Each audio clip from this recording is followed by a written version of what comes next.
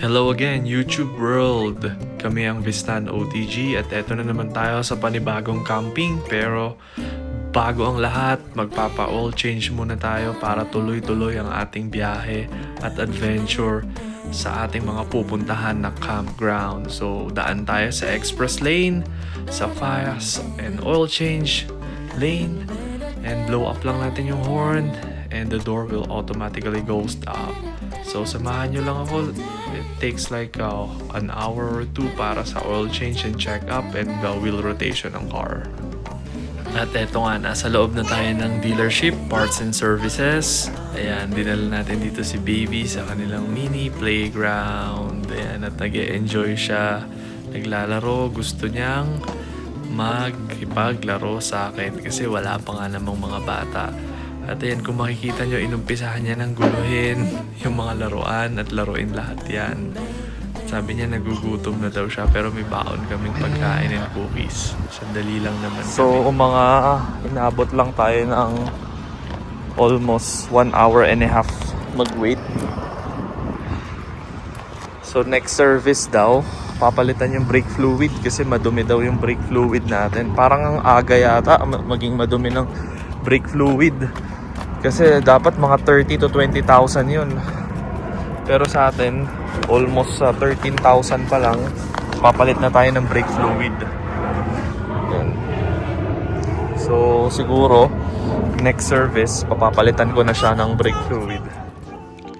Hello, at eto na nga tayo sa Callaway RV Park and Campground. Kung makikita nyo guys, yung RV na nasa harap ko, isa yan sa pinakamahal na RV bukod sa Airstream. Yung RV na yan is a Brinkley RV. Para na siyang motorhome. It costs like 250,000. So another camping today. Today is Friday. Ayan. Camping tayo dito sa Callaway Campground. Ganda ng RV nito. Brinkley. Punta muna tayo, papa-register muna tayo.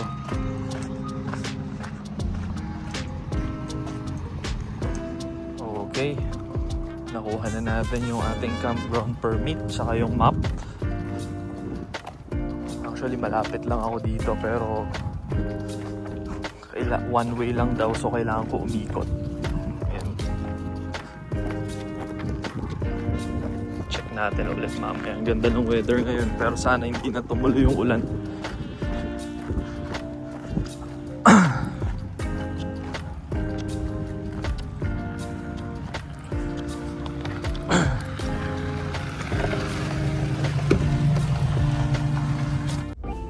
Yan, nandito na tayo sa loob ng Callaway RV Campground Park. So, ayan, kung mapapansin nyo, wala masyadong nakapark pa.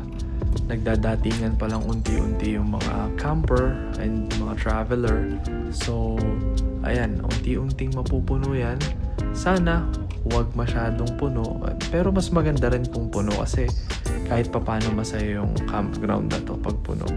Kasi nga itong campground na to, parang daanan lang siya. Like people come and go. Bali yung campground natin ito, halos tapat lang siya ng Callaway Park. Ayun yung Callaway Park. Pero sarado siya. Hindi ko lang sure at hindi ko na itanong kung kailan magbubukas yung Callaway Park. Yan. And yan, nagdadatingan na yung mga natin, mga kasama dito. I mean yung mga camper. So dito ako galing kanina dyan dahil nga one way tong daan, umikot pa ako. So ito lang yung registration kanina, umikot ako. And anyway, okay lang, at least nakita ko kung gaano kalaki tong site. Malaki siya, paikot yung site natin. Na i-unhook ko na siya sa trailer kasi mamaya sunduin ko sila wifey. Ako lang mag-isa ulit ngayon. Yan.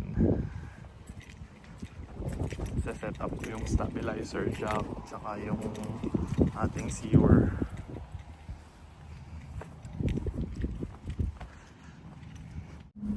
Dito na tayo sa campground natin. So, yan. Double check ko siya kung malapit ba sa sewer or sobra ako. Ayun, tama lang.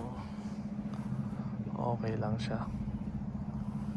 Kasi ito yung sewer, complete yung ano natin, yung service, and then also the power. Double check ko yung power dito. Medyo malayo yung sa power natin. Ito yung sa RB. Tapos andito yung isa sa area dito. Right here. So medyo malayo siya doon. Yun.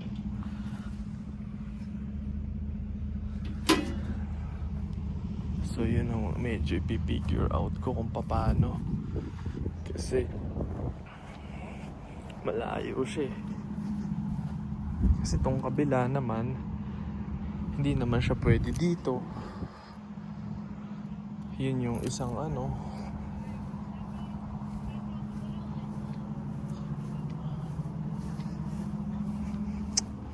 Okay.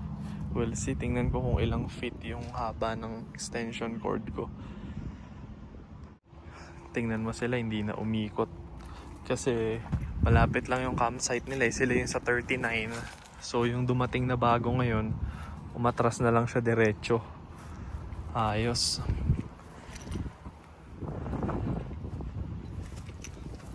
Medyo mahaba kasi yung sa atin, kaya kailangan umikot. And ayun lang din pala yung washroom. Yan. Diyan yung washroom. Male and women. Tsaka paliguan. Diyan din siya.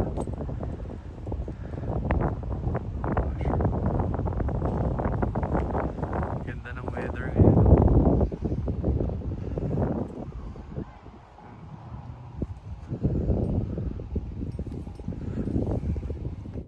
Bundok ayun oh.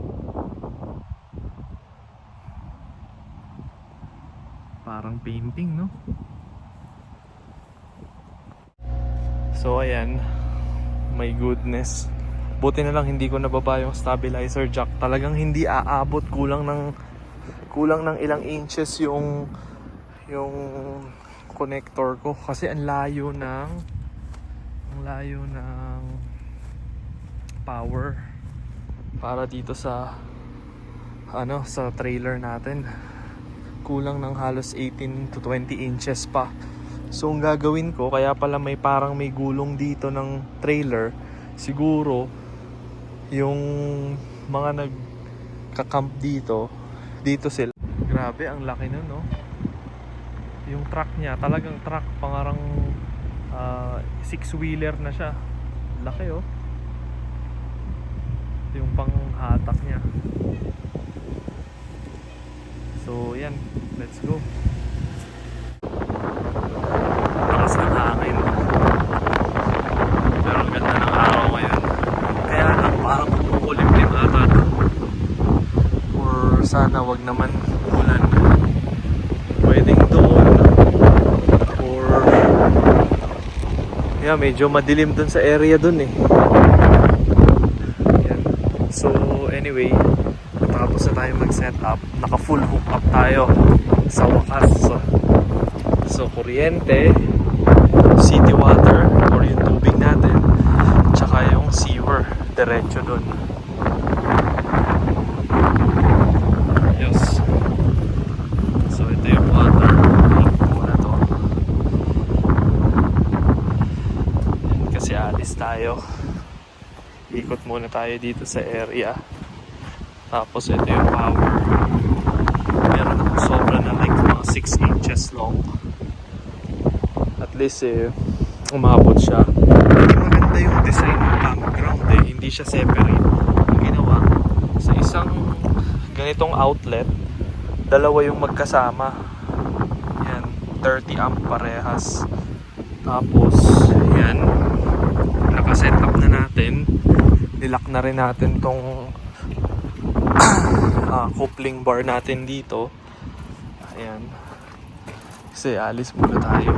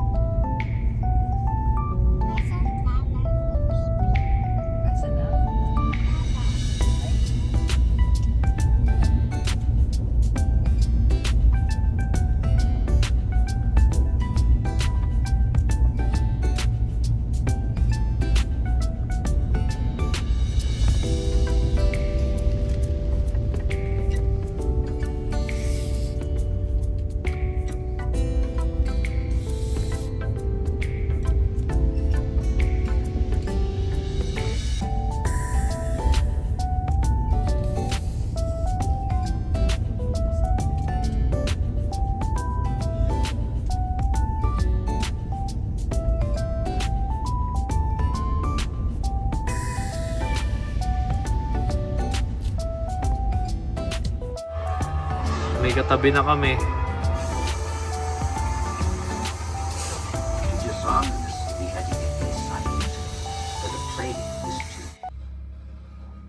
After 1 year, unang pagluluto sa kalan ng trailer. Di namin kasi ito ginagamit eh. Kasi aamoy sa loob. Ang lagi namin ginagamit, itong microwave. So, ang gagawin lang namin ngayon, lulutuin lang. Maglalaga lang ng itlog. Yun lang. Pero pag prito-prito sa labas namin ginagawa or pagluluto ng mga ibang mga maaamoy or yung mabilis umamoy. Laga lang muna kami ng itlog. Ilan egg gusto mo? Kasi gusto ng baby ng egg eh. Egg? Gusto ng baby ng egg ko. Hmm? Tayo ako. Anong oras na ba, mami? Pababa na magte-10, no? 10 p.m. 9:45. Ilan gusto mong egg? Dami ng camper dun, no? Nabe, ang dami, oh. Dumami yung camper dun, bigla. And alas 11 na ng gabi. Pero medyo maliwanag pa din. Chinek ko lang yung water connection natin.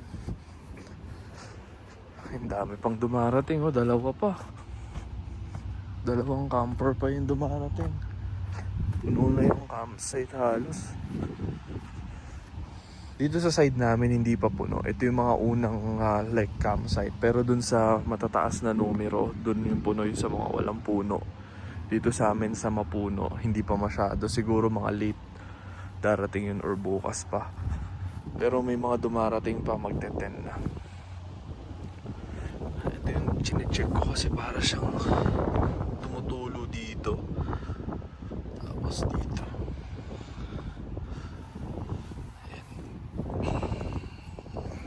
Pero so far okay naman. Wala namang kaso.